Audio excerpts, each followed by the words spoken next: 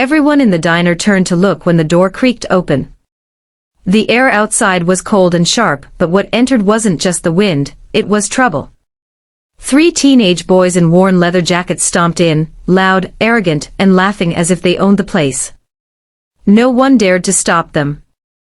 Behind the counter, Martha, the middle-aged waitress, shot them a warning glance but quickly looked away when one of them smirked back. And in the corner booth, by the window, sat a young girl with trembling hands, her wheelchair tucked beside her seat. Her name was Lily, 17, fragile, shy, and living in a world that had already shown her far too much cruelty. She was quietly stirring her cocoa, trying not to draw attention. But fate had other plans that night. One of the boys, the tallest one, Derek, noticed her and grinned, nudging his friends. "Hey, look who's here," he said loudly. "The broken doll." The words echoed in the diner, making a few customers shift uncomfortably but none brave enough to interfere. Lily's eyes darted down, her knuckles white on her cup. She'd been bullied before, but something about the way they looked at her now made her heart race. They walked over, surrounding her like wolves around prey. Derek leaned in close. "What's wrong, sweetheart? Can't walk or can't talk," he sneered. His friends laughed cruelly. Lily tried to stay calm, whispering, "Please, leave me alone." That only made them laugh harder.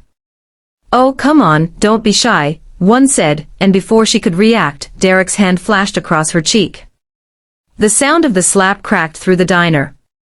Her cup fell, cocoa spilling like dark blood across the table. The diner went silent. Martha gasped. An old man near the counter muttered, "Enough, boys." But they just laughed and walked out, shouting, "Maybe next time she'll learn to smile." The bell above the door jingled as they disappeared into the night, leaving a broken stillness behind. Lily's hands trembled. Tears welled up but didn't fall. Martha rushed to her side, whispering, "Sweetheart, I'm so sorry." But Lily just shook her head. "It's okay," she said softly, "people don't change." For the next hour, the diner stayed quiet. Customers came and went, pretending nothing happened. Lily sat there, waiting for the pain in her cheek to fade.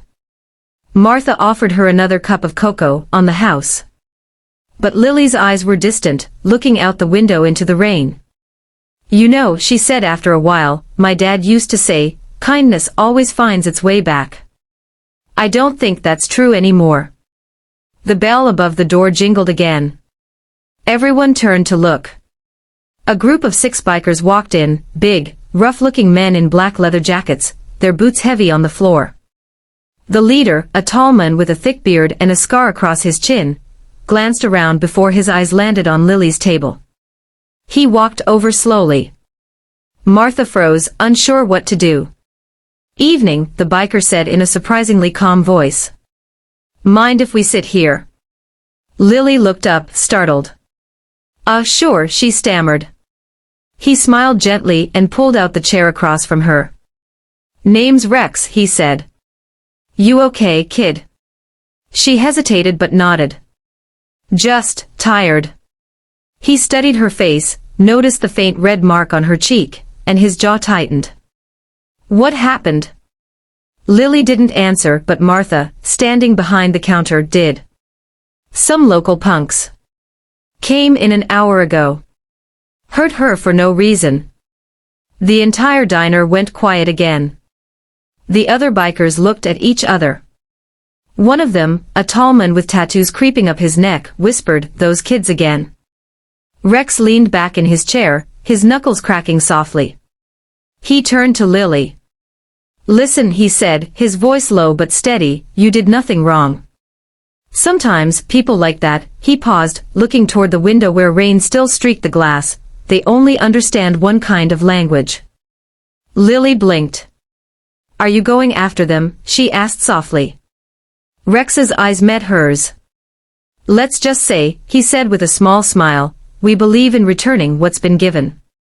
No one said a word as the bikers stood up and walked out. Martha hurried to the window, watching as the motorcycles roared to life, engines growling like thunder. They disappeared down the street, into the rain-soaked night. Half an hour passed.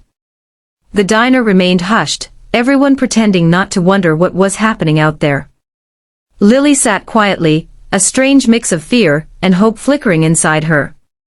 Then the door opened again. The bikers returned, wet, cold, but calm. Rex walked straight to Lily's table and set something down in front of her. It was a small patch, embroidered with the words Iron Souls Motorcycle Club. "What's this?" Lily asked softly. "A promise," Rex said. "You ever feel unsafe again, you wear that. Your family now." Her eyes widened, tears welling up again, but this time from something deeper, something warm. "Why?" she whispered. "You don't even know me." Rex smiled. "Because kindness does find its way back," he said quietly. "Sometimes it just rides in late." The entire diner broke into soft applause. Martha wiped a tear from her cheek. Lily smiled for the first time that night. Later, when she left the diner, the rain had stopped. The street was quiet, but the sound of distant motorcycles echoed faintly, a reminder that not all heroes wear capes. Some wear leather. And sometimes, the universe sends them just when you've stopped believing in goodness. That night, Lily looked up at the sky, touched the patch on her jacket, and whispered to herself, "Dad, you were right after all." Because even in a world full of cruelty, there are still people who will stand up for the broken, the voiceless, and the afraid.